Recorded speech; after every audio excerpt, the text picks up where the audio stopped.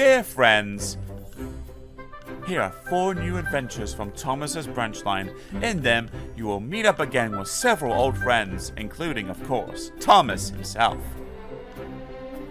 Oh, and there is a new friend for you called Victoria. We all hope you will like her as much as we do. The author.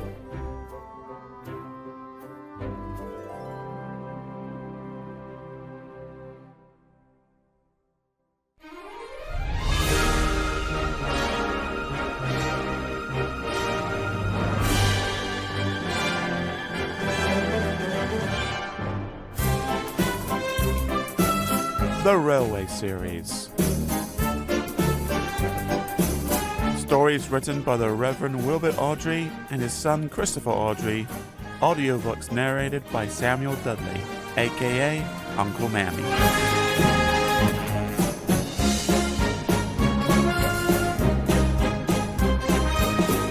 Book 41, Thomas and Victoria.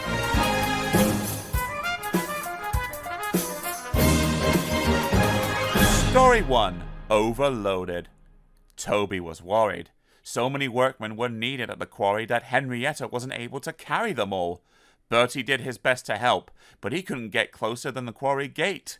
"We need another coach to take the men all the way inside," Toby complained. One morning, Bertie didn't feel well, and Henrietta was all on her own. More and more workmen climbed into her. "Help!" Henrietta exclaimed. "I shan't be able to move." "We can't either," grumbled the workman. "We're too squashed together." Henrietta had a balcony at each end, and soon even these were packed. She was fuller than ever before. Toby had a hard job starting. "Come on, come on, come on, come on!" Toby fussed impatiently, his wheels slipping on the damp rails. People in the street stared as the train struggled past. Toby rang his bell cheerfully, but Henrietta wasn't so happy. Suddenly, a car came out of the side street in front of them. Toby's driver put on the brakes at once. The train stopped quickly, and some of the workmen were pushed against the railing of Henrietta's front balcony. It bent, but luckily it didn't break. A policeman passing on a bicycle stopped and made a note on his pad. "Oh dear," Henrietta said to herself. "That means trouble, I think." She was right. The next day, an inspector visited the quarry manager.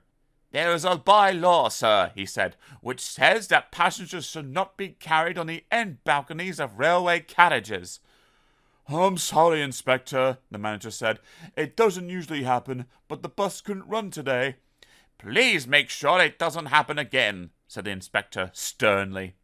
The quarry manager telephoned the Fat Controller to see if he could help. The Fat Controller wasn't hopeful, and the quarry manager went home to tea, shaking his head sadly. A few days later, Thomas stopped at the station by the river. As they waited, they heard a buzzing noise from behind a thick hedge that grew near the platform. Suddenly there was a rustling and a loud crash. A man's head appeared above the hedge. He had a saw in his hands. "It's nice to see the railway once more," he said cheerfully. "It's been like a jungle in here." Later, Thomas stopped there again. "Hello?" said a shaky voice. Thomas was puzzled, but his driver heard it too. He looked over the hedge and saw a very old, very broken-down railway coach. "What's your name?" asked the driver. "Victoria," replied the coach shyly. "Are you Thomas's driver?" But before he could answer, the guard's whistle blew and they had to go. At the top station, Toby told Thomas about the workmen.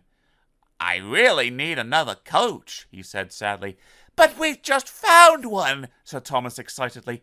"She's in an orchard near the river, and she is old and lonely." "She's got no wheels, and her roof looks like a sieve," interrupted Thomas's driver.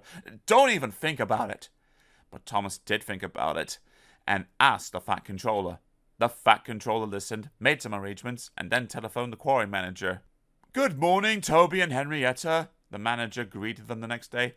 "It's going to be all right," he went on. "The Fat Controller says don't worry about another coach, because he has something up his sleeve."